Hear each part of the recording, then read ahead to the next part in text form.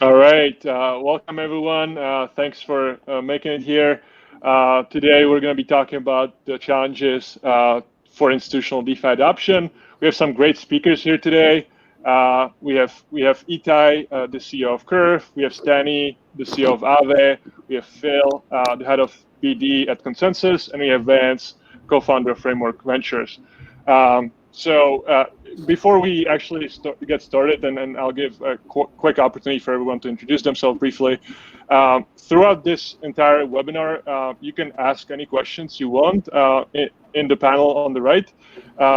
We're going to be talking for about 30 to 40 minutes, and then in the end, we'll have a Q&A session. So you guys can ask as many questions as possible. I'll obviously pick out the ones that make the most sense.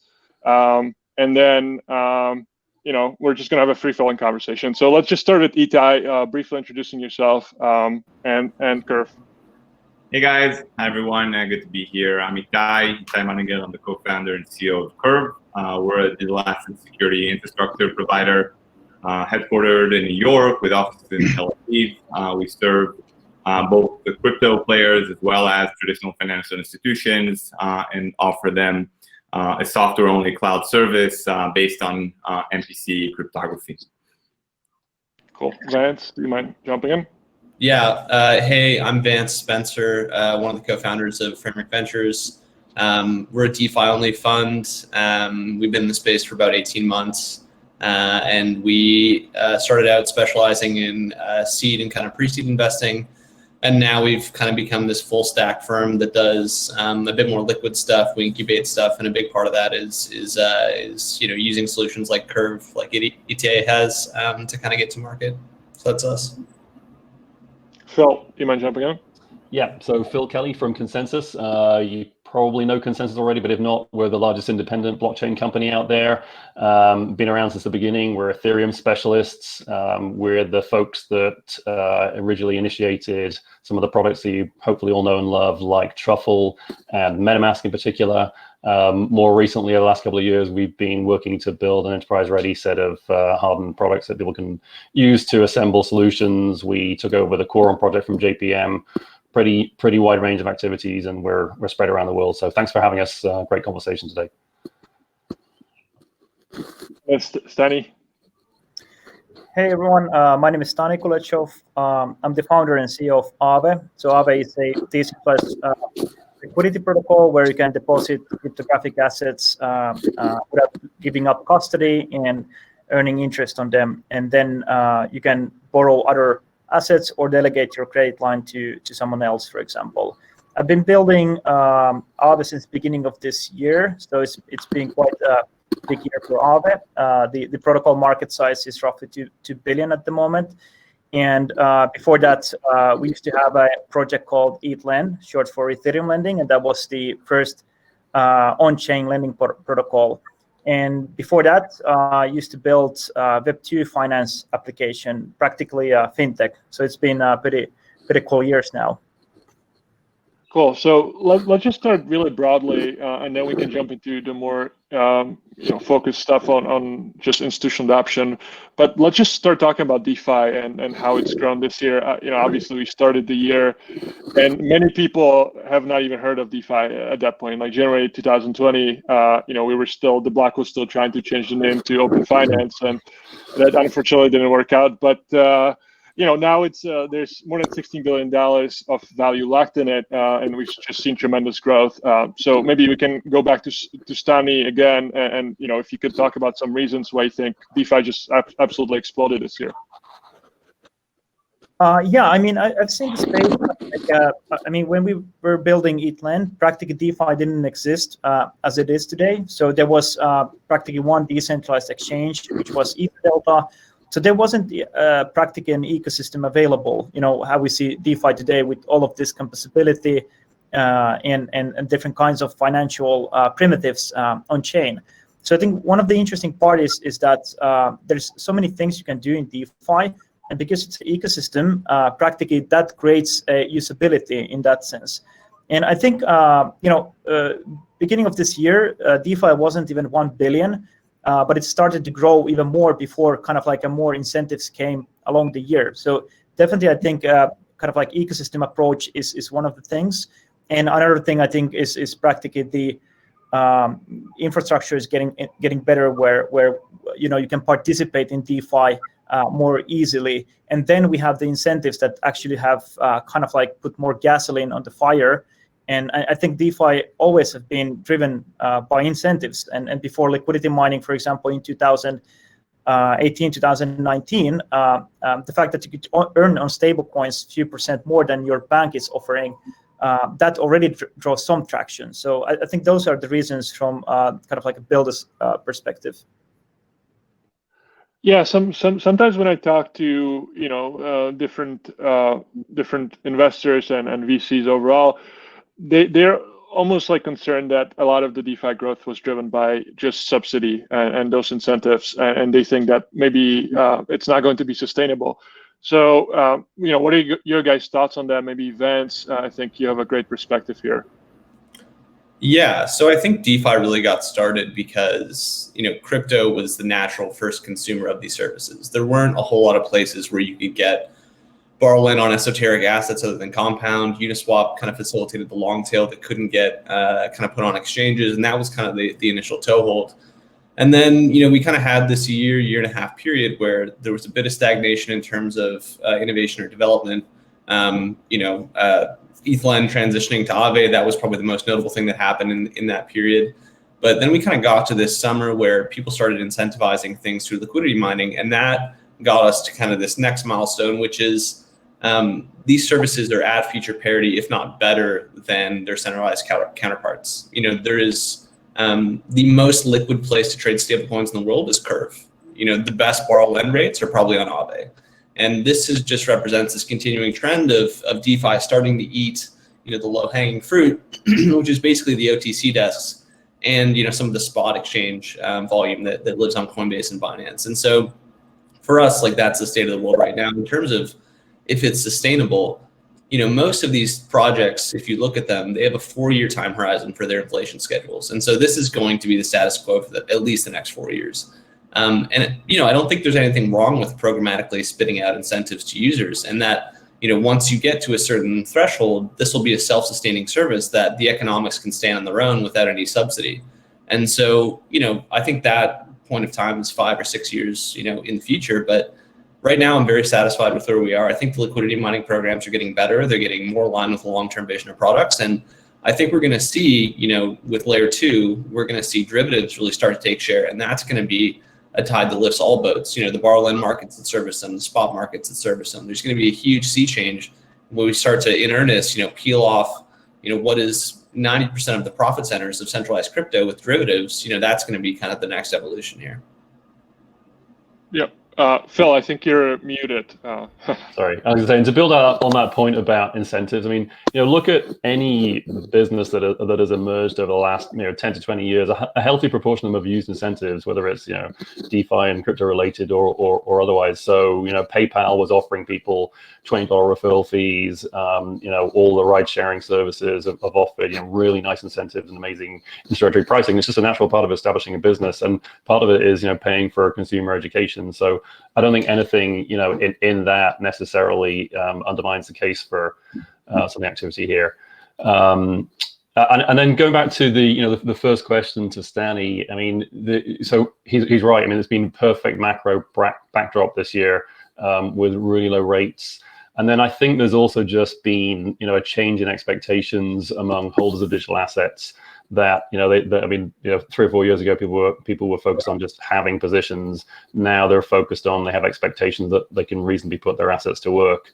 I think there's been a change of mindset in what people expect from their crypto holdings, and at the same time, there's a strengthened trust in DeFi apps. They've now got pretty long track record. They've passed the test of some big price dislocations in some cases earlier in the year. The systems are getting harder, the tooling and the UIs are getting better. So I think it's a lot of those things in combination that have helped to grow the market. Just to double down on Phil's point, I think he's exactly correct.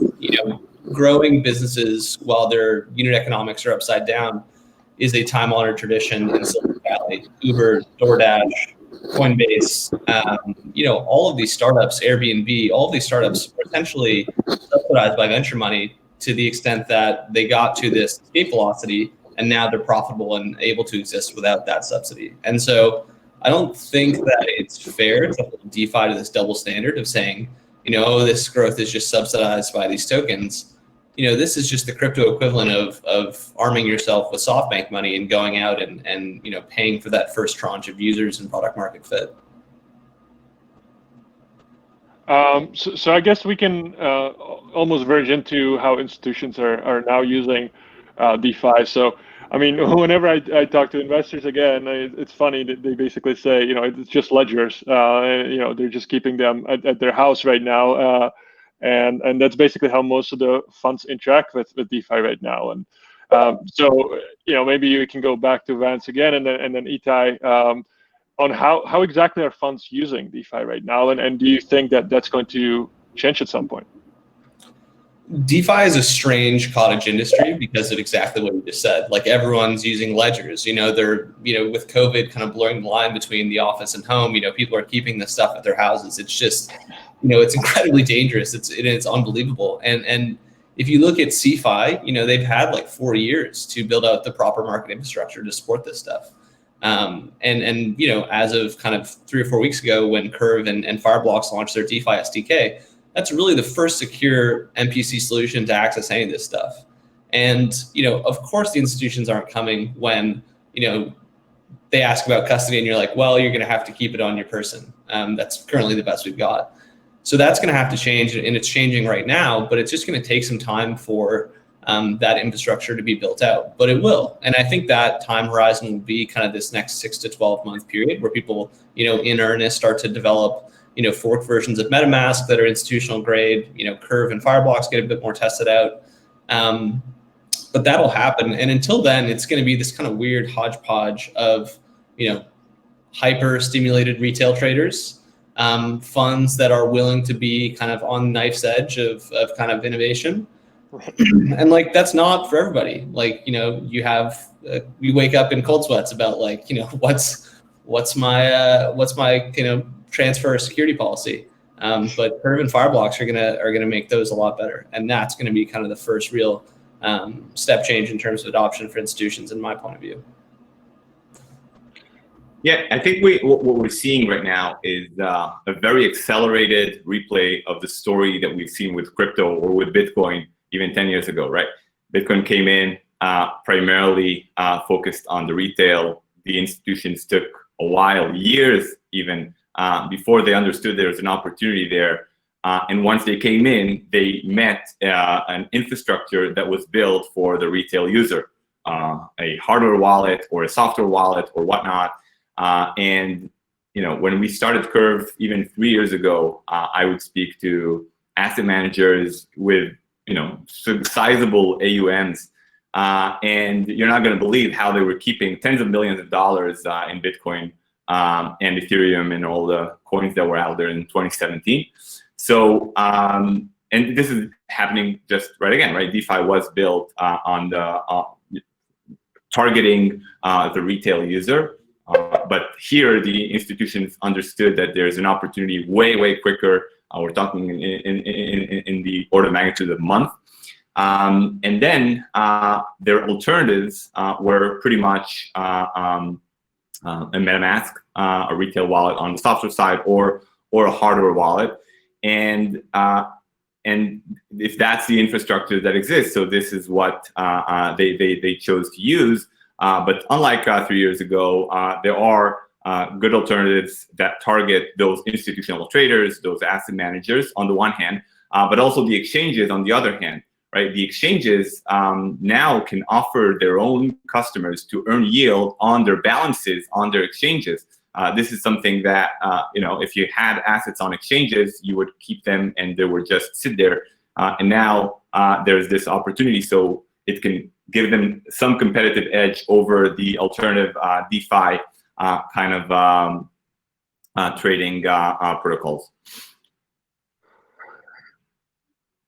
Does anyone want to? Yeah, I guess another question that I wanted to ask is, obviously there are hurdles for these institutions to interact with DeFi. And it's not just the ledger and there are also so many other risks. And the first thing I wanted to ask is, a lot of the institutions have also fairly like stringent KYC and AML requirements, and DeFi obviously is inherently KYC-less. So is that something that regulatory-wise and legal-wise, is that something that can be an issue for these larger institutions to actually get involved? Because with Bitcoin, that's not so much of an issue since it's used as a passive investment. But with DeFi, when you actually want to interact with these protocols and use them actively, in some jurisdiction, I think that could potentially be a problem. So does anyone want to have any thoughts on that? Yeah. So, sorry, Phil, go for it. I want to say a couple of words about and somehow I see kind of like DeFi continuation of what, for example, Bitcoin as a protocol and Ethereum as a protocol is. So we could see, for example, in the future, there isn't that much of distinction, for example, what will be staking into Ethereum and getting yield there as a financial platform will be different than there will be some other yield opportunity on Ethereum with maybe slightly different or complex smart contracts infrastructure. It could be staking Aave instead of staking ETH into the network layer. So kind of like I see that point there, but I also see that many of the institutions that we have been talking to, there's still kind of like a gap there. There is different kinds of risk appetites, and we see that some of the institutions are seeing the picture where the protocols are sufficiently decentralized, and many of them are. If you look at, for example, the Compound, Maker protocol, and Curve, they're practically governed by the token holders. And they're sufficiently decentralized, but there's also a part of institutions that don't have the same risk appetite. And then the question of KYC, AML comes. And there you have to have some sort of like a compromise. And I think in one way, there's one kind of like a identity crisis that at least we have in the developer's perspective, is that you want to build this permissionless system, you want to change the current financial infrastructure that there is, but at the same time you want to onboard everyone and kind of have this kind of like a soft landing into DeFi with the permission systems. And it kind of like resonates a bit what happened back in the days, when there was arguments about public blockchain, private blockchains, and the private blockchain didn't go anywhere, and the public blockchain became very cool thing. You have this internet of finance, and you have internet of value with NFTs and so forth. So it's still kind of we're still having this battle, but at the end of the day, it's all about how you can assess risk and how you could actually show it to the institutions that what are the risk involved in the space, and that's applies to the education. I think mostly. Yeah, I mean, all of this, I think, should be viewed under the umbrella of, or under the main headline that there is activity already going on by institutions in DeFi, and we know that, and that's part of the reason that we've been working with Curve and Itai's team because back to the earlier point about using ledgers and on operational efficiency. I mean, the way it's been working so far is that people have been using MetaMask as their go-to on-ramp, but at the same time, good news is that they have invested in institutional custody solutions like Curve. Bad news is they've had to do some gymnastics to use that in combination with MetaMask and have suffered some inefficiencies, and also just lack the ability to really enforce the kind of policies and controls that Curve brings to those institutions. So but for sure activity is going on. I think Stanley actually makes a great point about the range of risk appetites out there. It's been really interesting because obviously we recently launched our ETH2 staking offering, and talking to some of the ETH2 companies that are staking now, but have stayed away from pretty much any other option over the last couple of years to put their ETH to work. It's just interesting to see how people view different opportunities. So it will be, there'll be a gradation. I mean, there's no reason why ultimately regulation in KYC and AML should, really put a big damper on the market. It might be an area, however, in which there is innovation over the next year or two in the protocols that we see, just to allow either some kind of walled gardens or other ability to control activity via a protocol, depending on an institution's preferences. Right. Nancy, did you want to add on it? I know you said something early on. Yeah. So I think from the government's and institutional perspective, they're kind of asking the same question with the FinCEN rules that Steve Mnuchin came out with. They're like, you have to KYC every counterparty. What happens when you're sending to a smart contract? And that's just like mentally a place we haven't gotten to yet. And I'm sure the understanding of smart contracts will progress just like the understanding of public blockchains did. But right now, that's kind of an unresolved question. And that needs to be defined as some sort of counterparty just within the financial lexicon of traditional finance before anybody's really going to kind of make a major move towards DeFi. So I think that's kind of the first thing. I think the second thing is all these institutions, and we talk to a fair amount of them. They're just people, and right now buying Bitcoin is kind of like this cool contrarian millennial thing that you can do in a company. Participating in DeFi is like so dangerous and niche that that's kind of when you risk being perceived as a zealot within that company. And so I think there's just kind of going to be a cultural changing of the guard over the years, and these things will progress naturally.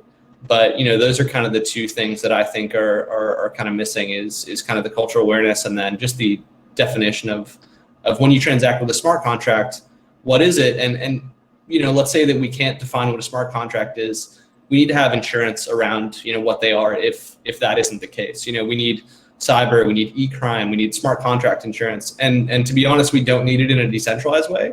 We need centralized insurance companies that are writing these policies so that if DeFi breaks down, the company that put all their money into that protocol can go and wring somebody's neck. That's really the only way this is going to work, in my opinion. Yeah, I think. Phil, I was going to say that. Sorry.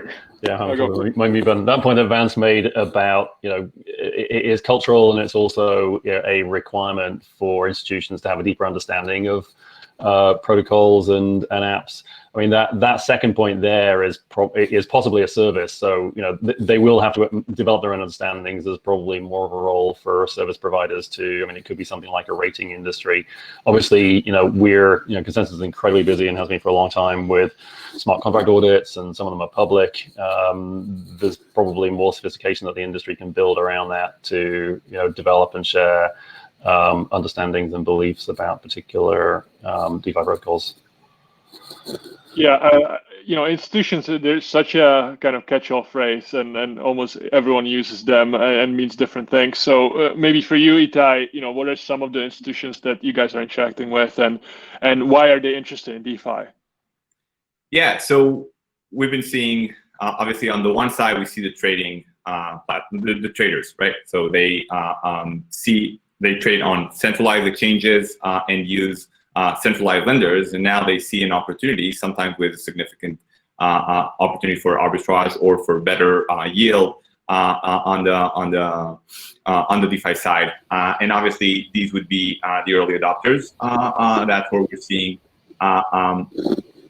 primarily people both that are trying to do this using the GUI, and we'll touch on how you make things accessible to the industry in a second, but also the power players who are very well known in every nuance of a smart contract and how you can use it correctly to gain a better yield. I think one point to notice is that one of the gaps that is missing, and that gap is currently being filled by the protocols themselves, is the user interface, right? So if you go to Aave or any of the other protocols, usually the protocol is the one who built the user interface, and the most, I would say, what we're seeing is the vast majority of the use of the various functions is actually done through the user interface. So if there's a mismatch between what the foundation enables and what actually happens, it's because of that user interface gap.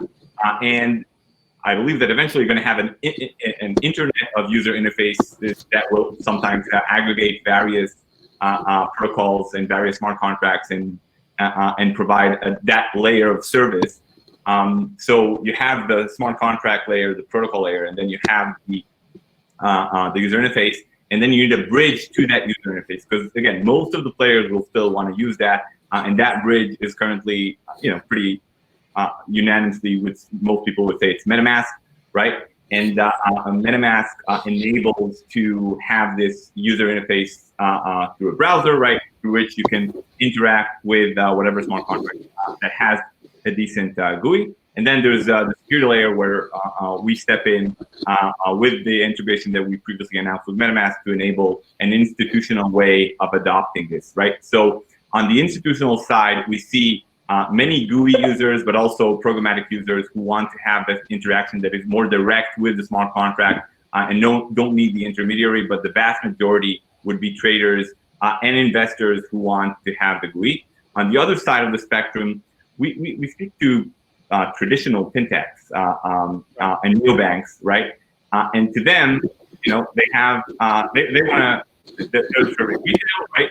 So one option is for them to offer their retail customers just a regular yield on your dollars, right? And the other option would be to do an integration with a Curve and one of the yield products out there, such as Aave. And eventually this opportunity, I think this is some untapped market, right, in which the opportunity is significant because there's such a big gap between the two opportunities that you have. So on that front, I think with the concerns that we are hearing from the customers, going back to the previous question, right, is on the one hand, the regulation, right, on the other hand, the security, but also when they deep dive into this, it's a question about how secure the smart contract is and how can they get the assurance or the insurance, if Vance mentioned the insurance, that the assets will be there and when they want to access it eventually. So yeah, I mean that may be a good leeway into just overall risks with DeFi. So what are some of the risks that institutions deal with when it comes to DeFi, and what are some ways that they can hedge these risks? And if are there products like insurance coming that you guys are aware of eventually? Yeah. So Matt, you want to take that one? Go for it. Yeah. So obviously the risk that we're hearing is there's a financial risk. There is a smart contract risk. There is an operational risk of you as an organization. Usually those institutions are not just the one-man shop, otherwise they would use their ledger, right? As an organization, you want to hold an asset that holding the asset itself has its own risk, and that risk can be cybersecurity risk, right? Someone gets to your machine and steal the assets, like you see happening all the time with exchanges, but it can also be an insider threat, someone within the company who is leveraging their access. And it can also be operational risk, right? You have many people in the company, they're making decisions on what assets they want to invest in, what smart contracts they want to call, what protocols they want to interact with, and orchestrating that within an organization. And some of those organizations are pretty big. That orchestration has its own operational risk, right? Even if no one hacks into the system and everyone is fair and honest, still the fact that you're handling many different transactions as an organization, it has its own operational risk. And you need to also deal with things that might happen, like physical damage or other risks that are are not adversarial attacks necessarily. And that's where you want to have enterprise and policy control, right? You want to say what kind of transactions or what kind of functions can be called, but which individual, which groups, which stakeholders within my organization. You want to have auditability, right? So if something happens, you can backtrace into who made what decision moving forward with this transaction, for example. And this also can help you with regulation and compliance on the other side. Vance, did you want to jump in as well? Yeah, I think there's a few other risks, and I think those are Itay. Those are like all the core ones from like a big traditional standpoint, and just having like really good audit trails is probably the only thing I would add. In terms of just the asset class itself, having clarity on what you're actually trading, with the XRP suit, that's going to be top of mind for a lot of people. Am I trading unregistered securities? How am I defining this protocol? That's kind of a higher level risk. Then you get into the protocol itself. These people don't have in-house research departments to tell if Curve's inflation is going to be sustainable over time, or how the unit economics will change. And so, they'll need to have people that understand that. They'll need to have an understanding of governance, and the token holder weighting and how that changes over time. But yeah, I think there's a lot of environments. I think we're going to get there in the next 6 months. And I think that, the first 15, 16 billion of capital in DeFi was pretty much unregulated. The next 100, 200, 300 is going to be heavily regulated. And the people who build businesses around facilitating, that transition are going to be extremely profitable.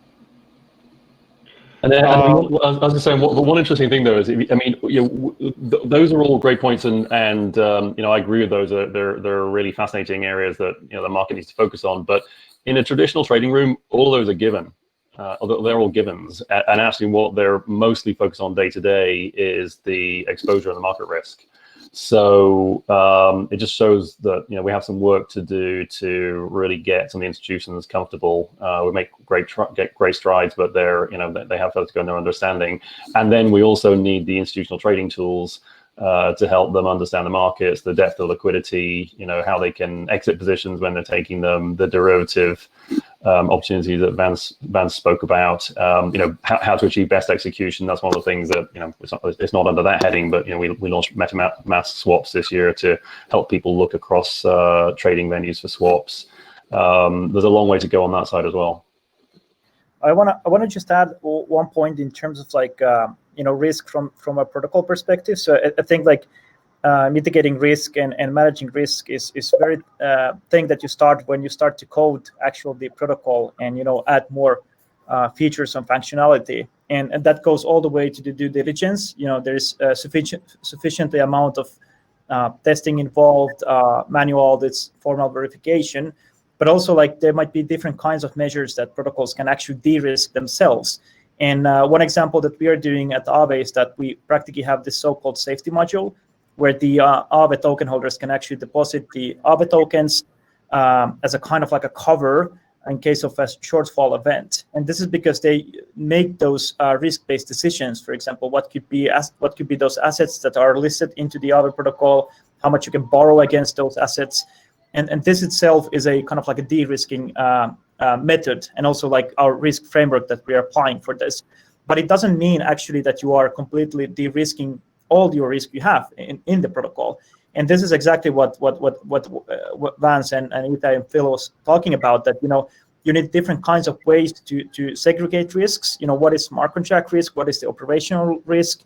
And when it comes to, for example, protocol operational risk, what is interesting now to see is that we are shifting from a paradigm where founding teams are relied upon to operate a protocol because they have all the knowledge.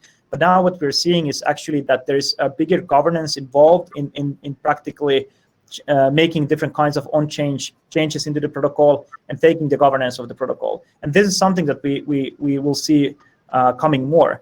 And one of the interesting things is how we educate different kinds of stakeholders, institutionals that are coming into DeFi and understanding the space and what are those different risks. And I think there's so many things that has to happen off chain, and that is kind of a important part of the growth. And I definitely agree on the point that what Vance said, that that 15 billion was unregulated, and the next 300 billion might be regulated. And the very same way as, for example, cryptocurrency exchanges were not regulated in the beginning, if you trade Bitcoin or Ethereum. But now if you offer services that are related to, Bitcoin trading, custodying, Bitcoin for institutionals, there's some regulation involved. And this is something that we will see in the future. So I definitely agree. But a lot of kind of educational parties involved. And I think what this webinar is all about as well is just to kind of spread all of the things that are involved in DeFi and how we can get more exposure to the institutional eyesight. So one of the things that obviously are now helping the exposure, for institutions is the new DeFi SDKs that have come online both by Curve and Fireblocks. So what are some of the second order effects of these things coming on? What do you guys expect changing because of these solutions coming online? Is it just more capital, or what's the main effect? And maybe Itai, you can jump in here. Yeah. So obviously, we're going to see more players that will have much more capital because they were hesitant to enter. We've heard stories about people with like one box with a MetaMask on it, and two people need to come to that machine in order to sign a transaction to make a Uniswap trade. Right? That's not very scalable if you're trying to run an organization. So obviously they were, and many of them just decided we'll wait until we have the solution. So luckily, I think both for the programmatic players who are like more power users, as well as the ones who, as I said, would need the user interface, this is a great step forward. We're going to see not just. Also, you need to remember that even for a retail user, it's pretty complicated as it is. Not everyone knows how to do this. My mother probably doesn't, right? But she does know how to open an account at a neobank or even at an exchange. So we'll also see those intermediaries who are providing a wallet or a retail kind of interface that provides various services. It can be both on the crypto side, but also on the fiat side. And they will eventually bring additional volume and demand for both borrowing, lending, trading, etc. So we're going to see both those trends eventually make things more accessible, both for the retail players as well as the institutional ones. I think the other thing that I think about is FalconX is kind of the corollary that I use in centralized finance to think about how Fireblocks or Curve kind of might develop as a business. And I think that's probably going to be the biggest second order effect is just, how those businesses develop. So, FalconX, they've aggregated all the exchanges, Fobi, OKX, Binance, you can trade through them. It's a sub-account model. You don't actually need to have a presence on Binance. And they have the highest fee, they have the lowest fee tier, and they split any of the cost savings with you. And that's their predominant business model. And potentially they get into things like custody, or they want to be in the exchange themselves. But their monetization has really not been through a traditional just subscription fee. And so I think that as time goes on with Curve and Fireblocks, they're going to aggregate all these DeFi protocols. They're probably going to build an incredible UI, kind of like Parsec, but on steroids, and it'll be great to see that. But then I think there's going to be a question of how do they monetize and which direction strategically do they go?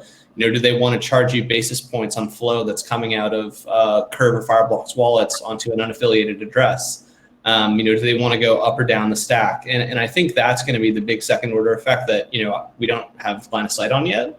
But it will fundamentally shape kind of how DeFi is used. And it also really diminish the importance of, those protocols front ends, which is, probably the biggest regulatory vector that they have in terms of attack right now.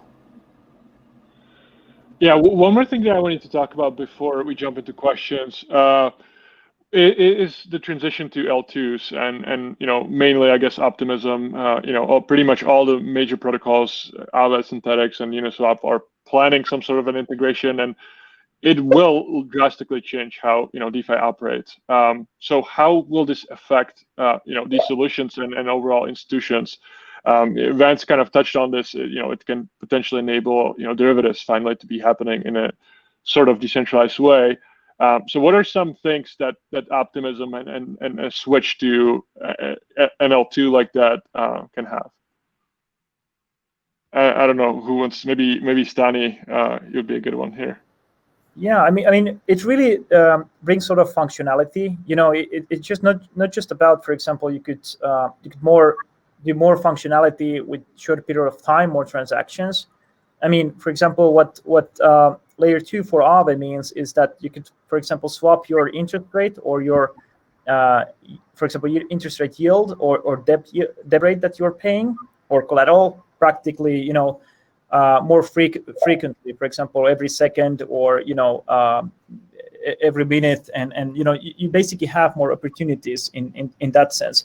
But also it allows adoption in the sense that if you think about it, like if you want to do a campaign and actually subsidize some liquidity for completely newcomers, let's say people who have used only centralized finance, exchanges, or people who just have used to use something like Stripe on the back end or neobanks, and we want to actually subsidize that experience and the cost.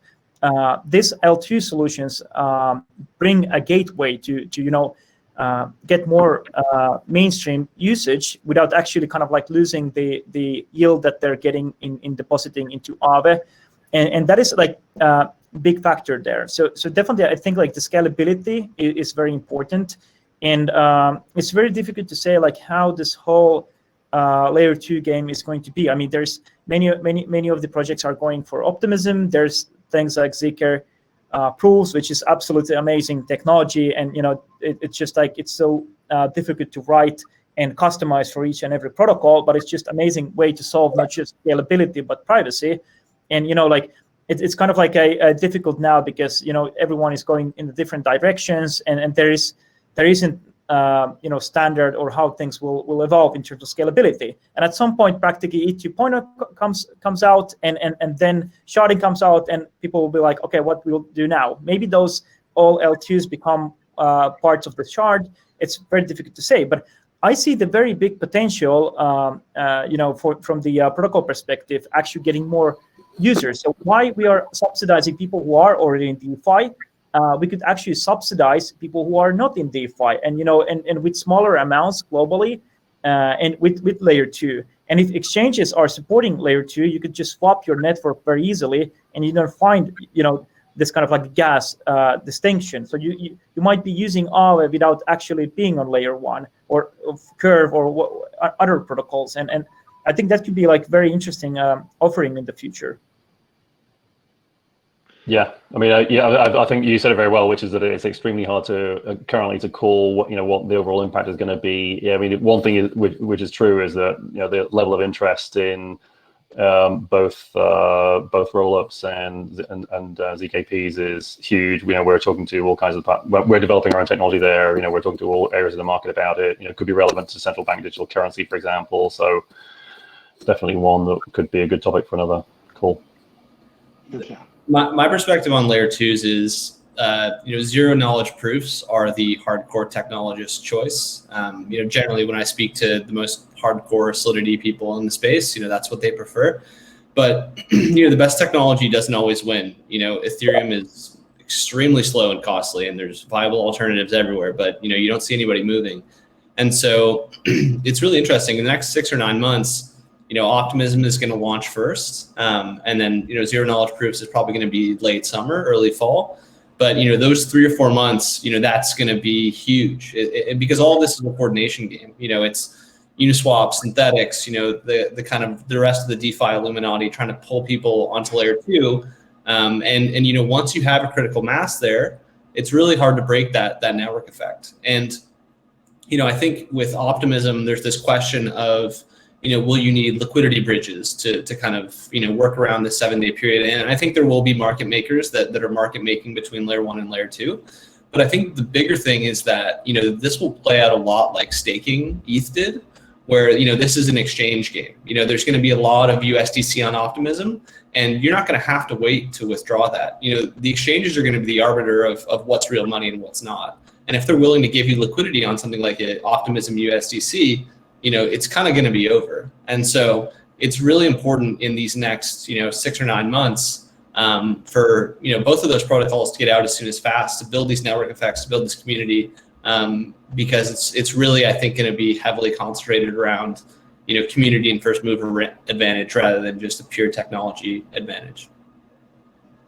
So I'm gonna slowly go into some of the questions and basically summarize them and ask them for you guys. But one trend here is that some people are saying that if institutional capital comes in and there's, tens of billions of dollars of new capital, the yields will obviously start collapsing. And it's almost like a weird problem that, the more money you get, the more kind of efficient the market gets, I guess. And the lower the yield will be, for your average retail users. So, whether that be like fintech users or anyone, interested in just yielding stablecoins. So how would you answer that dilemma? And maybe, I don't know, whoever wants to jump in.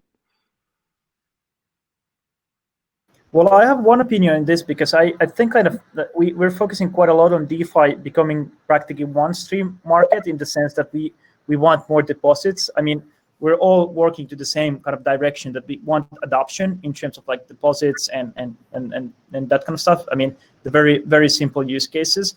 But I think one of the things that we're going to be very interesting, maybe even next year, is that actually getting liquidity from DeFi into traditional world. There's going to be a bit of like a trust layers involved there. So this is something we're trying to achieve with Aave, with the credit delegation. So there could be, credit delegation wallets that the Aave depositors could deposit. They could be whitelisted by the governance. And end of the day, let's say financial institutions, invoice finance, whatever is the kind of like a business activity, could actually draw that liquidity from DeFi, regardless which part of the ecosystem they are, in UK, US, or in Asia, and that way to kind of draw liquidity out. And when we have this kind of like increasing consumption that goes back into the traditional finance, that has a lot of potential to actually drive more yields up and more capital. So it has this kind of positive feedback loop. But to achieve that, I think what we need to see is some of the use cases where actually businesses that are streaming their liquidity from DeFi, they're actually getting competitive advantage in traditional finance, in the sense, for example, that if you are running a completely new business model in the finance market and you can draw liquidity from DeFi, and that is favorable to you compared to issuing expensive bonds or private placements, and you have this kind of like scalable credit line, and you can compete better, and you have competitive advantage against your peers in the traditional finance. That might be this kind of like a moment when we realize that there's sort of potential of actually using DeFi as a global liquidity market. Another questions that we're getting, it is like 2 or 3 about liquidations and liquidations on chain, and how that kind of how that shapes how institutions look at these markets. So maybe Vance, I mean, you might have some experience here as well, about how liquidations, especially on chain, like how institutions deal with them, and what's something that they can do to like monitor, for example, so it doesn't happen.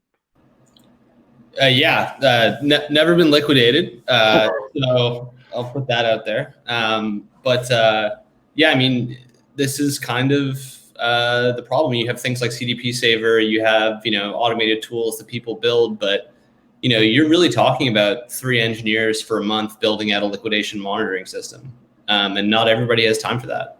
And so I think compared to traditional finance, you get a margin call and then you kind of get 24 hours to post collateral. And it's like, can you give me an hour more, or can I post a little bit less collateral? You're talking to a person on the other side of the phone. This is just like super unforgiving. And it's like, if you get liquidated, it kind of is what it is. And, look at the compound liquidations, 8 million in liquidations based on their bad Oracle. That's the stuff where, if you are an analyst and that happens, you're going to get brained by your boss. Like it's just like unacceptable. And that level of risk at the protocol level is kind of where you need to focus. You can build all the liquidation monitoring systems that you need, but if the underlying protocol isn't solid, then you have a problem. That being said, the liquidation penalties aren't terrible. Compound is 13%, I think. Aave, I think, is less. So you don't lose it all, except for, sometimes you do. Like, look at the Maker, Black Thursday stuff. Like, you walked away with 0. And so there is a lot of risk in this stuff. I don't know if this is like a great answer to this question, but, you just gotta, this is not a part-time job. You have to be doing this 24/7. Another thing, unless any of you guys want to add on it, but another thing that we're getting as one question was flash loans, and I think Stani would be the best person to answer here. Like obviously liquidations, even though they're a little bit different in DeFi than they're in traditional finance, they're still at least somewhat of a similar. It's the same principle. But with flash loans, it's really not something that you can do in traditional finance, really, and it's one of the things that DeFi really adds on. And I'm wondering, if like how institutions are, for example, like counting on these things, or how they're, any kind of like examples of how flash loans are used, Stani. And I know that you talked, they're always connected to, these nefarious use cases like hacks and stuff. But what are they actually used for as well, which are, maybe not, not the nefarious use cases? Yeah, I mean, I think, generally, what is flash loan? If there's if this is a new concept, it's basically like normally lending is over collateralized, so you practically post the collateral and then you borrow asset that you need to do something, right? And flash loan work in a different way, that you actually can borrow liquidity, do whatever you want without any collateral, but the only condition is that you return that liquidity back. Otherwise, everything that you do will basically break, and that is what flash loan is, and it's executed one block. And why it's fascinating is that it's technically very difficult to do in traditional, finance in the same sense that we have now in this kind of like a on-chain ecosystem. And I think kind of like flash loans are used. There has been some notorious use cases because there's so many smart people looking at flash loans and looking at protocols, which is amazing. I mean, if all of these hacks that we had in DeFi wouldn't exist, I think we'll be in a far worse position than we are now, because it's always finding those things that are breaking in the code and exploiting them, and then improving the protocols. As harsh as it might seem, but these small mistakes, even if it's like 5 million loss, 10 million loss, will save the whole DeFi ecosystem from hundreds of billions of loss and kind of like the meltdown of the ecosystem. And why flash loans are interesting is that most of the use cases of flash loans are actually not used in hacks, but just simple things in DeFi that we might not even notice. For example, there's a DeFi project called DeFi Saver, and they practically self-liquidate for you your MakerDAO CDP. They refinance your loan from Compound to Aave, from Aave to Compound, or even to MakerDAO, depending where is the better borrow rate, or where you can earn most for your interest, for your assets that you're depositing. And to do those transactions without closing your position or returning your loans, flash loans are used. And also flash loans are used to liquidate. So for example, in Aave, there's over 200 liquidator bots running all the time, constantly. And this is interesting, talking about operational risk, because practically what happens here is that those liquidators are not needed to be used their own capital. They can take flash loans and liquidate. So there's plenty of good use cases and arbitrage and removing those price inefficiencies. And what this actually means is that roughly, I think in Aave, there's 2 billion worth of flash loans since January, just for this kind of like good reasons. And I think for institutionals, it's just about learning what is flash loans and DeFi in general. I think finance always been very flexible in the sense that if there's new financial products, it's easy to understand. It's not easy to understand, but usually finance is very good at learning new things and adopting, because finance is all about arbitrage. And if there's DeFi is arbitrage to finance, and then it's practically what they need to and want to learn at some point in the future.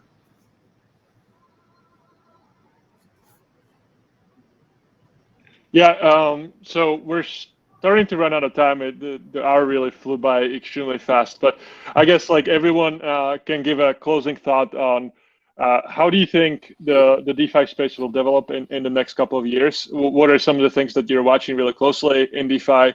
And how do you think it's going to change in the next couple of years? We can start with Itai and then just go to Vance and then Phil and then Stani. Yeah, I think DeFi, we're going to see much more protocols and much more just around lending and trading. And this is going to become much more accessible both for the retail players, but also for the intermediaries and the institutional investors. Cool, Vance. Yeah, so if you look at Zapper, which is a portfolio company, if you look at their internal user dashboard, they have about 400,000 people accessing Zapper on a monthly basis, and it's up, over 7x since the beginning of the year. So I think we hit, 1 million daily active or monthly active users, at some point in the next 6 to 12 months. Derivatives are at about, 10 or 20% of volume of centralized exchanges. And we really see, the Bitcoin trade is going to happen. It'll get to 100, 200K, whatever. And then it'll be like, okay, what's next? And, Ethereum is largely the gateway drug, but DeFi is technology, and technology, rules the world. And so once people discover that, it's going to be hard to conceptualize how large this industry gets. And a lot of these things seem like toys and like, flash loans and hacks kind of in a way, but like, they're going to be the plumbing for new financial infrastructure. Oh, Phil. Yeah, I mean, we talked about a lot already on this call. I think one of the things that that attracted me to the Ethereum space was the potential not simply to replicate the existing financial system on the blockchain, but to invent fundamentally new things. So as we start to get some of the basic building blocks under our belt, I think we'll start to see new innovations that don't simply mimic the existing financial system, but allow people to do new things. Of course, if I had a good list of what they were, I'd go and do them. But I think some of that will be an evolution, like we saw with other technology adoption. So I think that'll be interesting. I do think we will see a stronger embrace of regulation, and I think that will be a good thing. I mean, it will help to make the industry more accessible to a wider range of capital, or a wider range of participants. I think also, we've talked a lot about the sort of inner workings of operations and compliance, but I do think, as a number of us have said, usability, UX, aggregation, all of those things will be increasingly important. So I think we'll see some interesting developments there. Go on, Sunny. Yeah, I think DeFi will become a bit more battle tested, as protocols mature more. So I think that will be pretty amazing to see that one of the kind of like biggest, all DeFi is not equal, because that's the beauty of DeFi, that anyone can build. And that's the kind of like amazing thing by default. But what's more cooler is that, and a bit boring, is that some of these protocols become more battle tested, and more mature. Risk will become more mitigated. And this is where we see more kind of like curiosity on what's happening. And I think the next year it could be where this all starts to happen. All right, that's a good wrap up. Thanks, Itai, Vance, Phil, and Stani for this great discussion. I think there's still some questions that we didn't get into, but I think it was really interesting. And if you guys have time and want to answer some of them, maybe on Twitter later, you can do that as well. But I would like to thank you all for coming here, and thank you all for the people that came to watch. And this is also being recorded, so it's also going to be on video. But thanks a lot, guys. I really appreciate the time. Exactly. Thank you. Thank you. Bye. Thank you. Bye.